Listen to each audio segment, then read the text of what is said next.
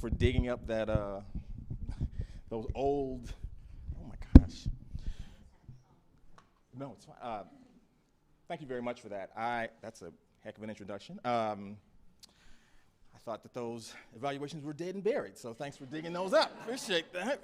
I didn't know where that was going to go. Thank you all very much for coming. Thank you, Dr. Rappoport. Thank you to the faculty here. Thank you to the staff who's been setting everything up. As a chair, I know that you can't really run a department without an incredible staff, and so I want to say a big thanks to the staff for everything that you have done. Thank you to the students for being excellent. I want to say thanks to the parents and guardians and support systems because you can't really graduate, can't really progress in a degree by yourself. You sort of need a lot of help. I appreciate you mentioning the Lyman T. Johnson Fellowship because I would not have been able to go to graduate school or complete graduate school without being a Lyman T. Johnson Fellow. So I'm very thankful to everyone who sort of built that program and continues to maintain that program. It's such an important and critical way to encourage students to come and help students progress. I'm not going to take a lot of time because I know that you all are here to get awards and not listen to me, but I did have a couple of things I wanted to say, and so I was asking Dr. Rappoport, like, what should I talk about? And she was like, talk about some things that you learned at UK. So I thought that I would start with some practical things I learned, and then talk about some other things that I learned. So I learned when I was here that you cannot guard Dr. Andy Doolin one-on-one in a basketball game, which is something that I used to try all the time when I was here and was never really successful at. I also learned that if you play the faculty in a faculty versus graduate school kickball game and you have a chance to hit one of your professors, you aim for the legs and not the head. I was thinking about that when Dr. Jonathan Allison was running, and I was like, do I want to hit him in the legs or in the head? I want to graduate, I'm going to go for the legs. So just some things to be thinking about as you progress through your programs. I also learned, I used to live down Limestone. There's a house down Limestone that I used to live in. I used to live in the garage because they broke the house into parts because that's what I could afford. I learned, but you can walk to campus and I used to walk to my classes to teach and then walk back home and go to sleep. But one of the things I learned is that there's a parking lot next to it, and if you park there before they put the chains up, you don't have to pay for parking when you walk to the UK basketball games. Just a little piece of information. Think about this for graduation. Just know that just don't tell them I told you. Okay, let's keep it between us. So those are some things I learned. I learned that you cannot write a dissertation on an empty stomach. And so my brother and my sister-in-law and my uncle and my aunt used to feed me all the time. And so I wouldn't starve to death. And so I'm very thankful to them for that. I appreciate that. My uncle is somewhere. Hi, Uncle, how are you? Good to see you. Okay, all right. So I was very thankful for that. I mean, but really it's about not being able to do things alone, right? Like, we don't go on these journeys by ourselves. We take our families with us, we take our communities with us, we take our friends with us. We think that we're doing it alone, but oftentimes there's so many people around us, helping us, guiding us, feeding us. And so those things matter. I also learned that you can't write a dissertation alone. And so I used to have a writing group. Matt Tolles and Rachel Simon were part of my writing group. We used to write together and revise together and cry together and worry about what our professors thought together. And so this is something for you graduate students to be thinking about. Don't go off and try to write by yourself. Form a group. I think it's really important. And the class I came in with were incredible people. They're going on to do a lot of great things, work at a lot of different places, and so that's really important. But onto some bigger things.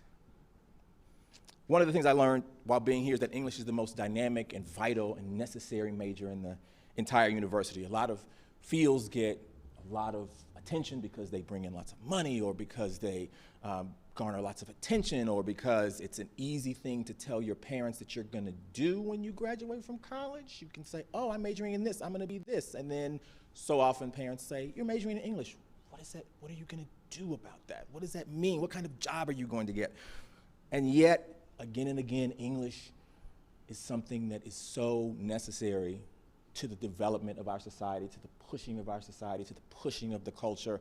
You cannot have a society, you cannot move forward, you cannot deal with the problems of our world without English. English is not a narrow road to one specific job.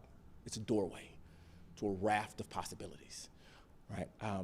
And this is important because the last 2 generations have changed jobs every 3 to 4 years. People don't, my mother has worked at the same job for over 40 years. That doesn't happen as much as it used to anymore. People are constantly changing jobs, and in order to survive, you have to have skills that translate. You have to be adaptable, you have to be compassionate, you have to be inclusive.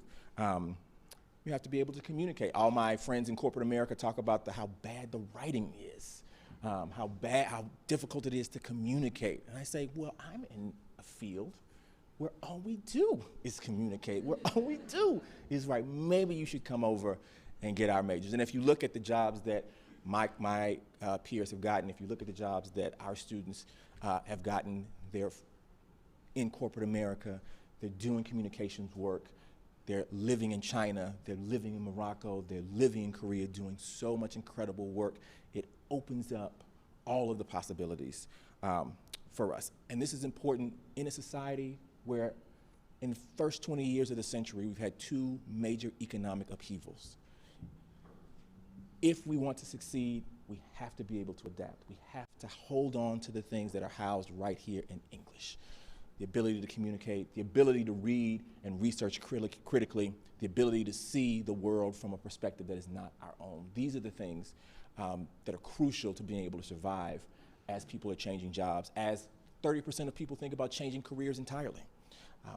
The ability to have certain skills that translate is going to be one of the most meaningful things that a person can have, that a graduate can have, and we have it right here in English. I wanted to mention that we talk a lot about innovation, but innovation begins with imagination. And we study imagination, but we engage imagination. These are the things that matter so much. Every generation needs this, and every generation will. And so one of the things that Dr. Rappoport was doing, and aside from telling my age,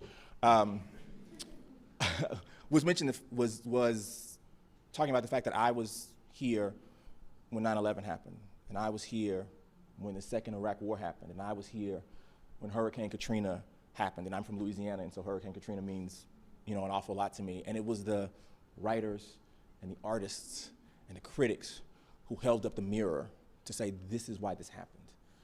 This is what's going on. This is what it means. This is how we move forward. It's the writer and the artist and the critic that helped the country and helped the culture make sense of what was happening and why it was happening and how do we move forward.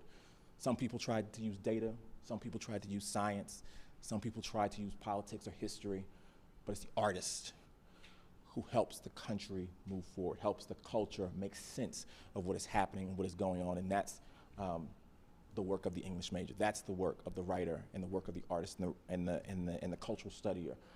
It's doing that type of work, shaping the culture. I love to tell my students that every movie you've ever watched is based on a book. All these movies, all these Marvel cinema, like, what is this? This is all graphic novels. This is all novels. This is all story. Like, these are all stories that we tell, that we study, that shape the culture, that shape the future, that shape our perspective on life and what it means. You all have been here during some fairly interesting times, some fairly volatile and disturbing times, stories that we could all tell. We live in an age of misinformation. We live in an age of extremism. We live in an age of polarization. We live in an age when sometimes we don't listen to each other as much as we need to and as much as we should. Who is going to tell the story of this time? And I say you will. The stories are going to be yours to tell, because it's the job of the writer and the artist and the critic to find the nuance, to find the truth, to dig through all of the rhetoric and dig through all of the noise, dig through all the misinformation, and find the stories that need to be told. We're storytellers. The poet Muriel Rukeyser said, the universe is made up of stories, not atoms. What's the story you're going to tell? Whose story are you going to tell? What are you going to innovate? What are you going to imagine? How are you going to build a world or a lens for us to see the world more clearly than we find on the news or on Twitter or on social media or wherever else? You all are going to be the storytellers.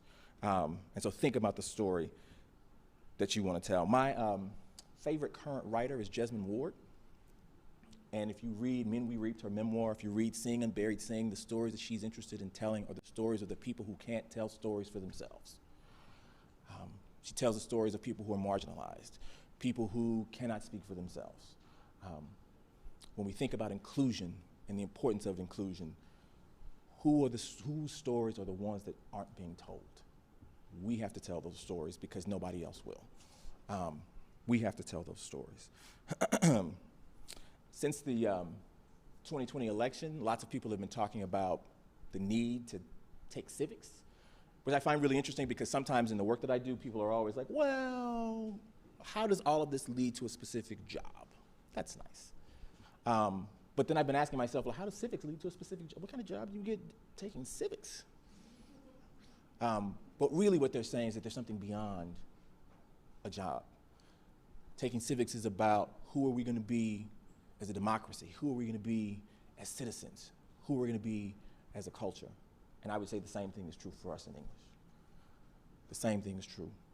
Finding our common humanity, finding our common history, finding our common stories. This is why English is so important, and every generation needs it. I'm going to end with some words by a poet I like.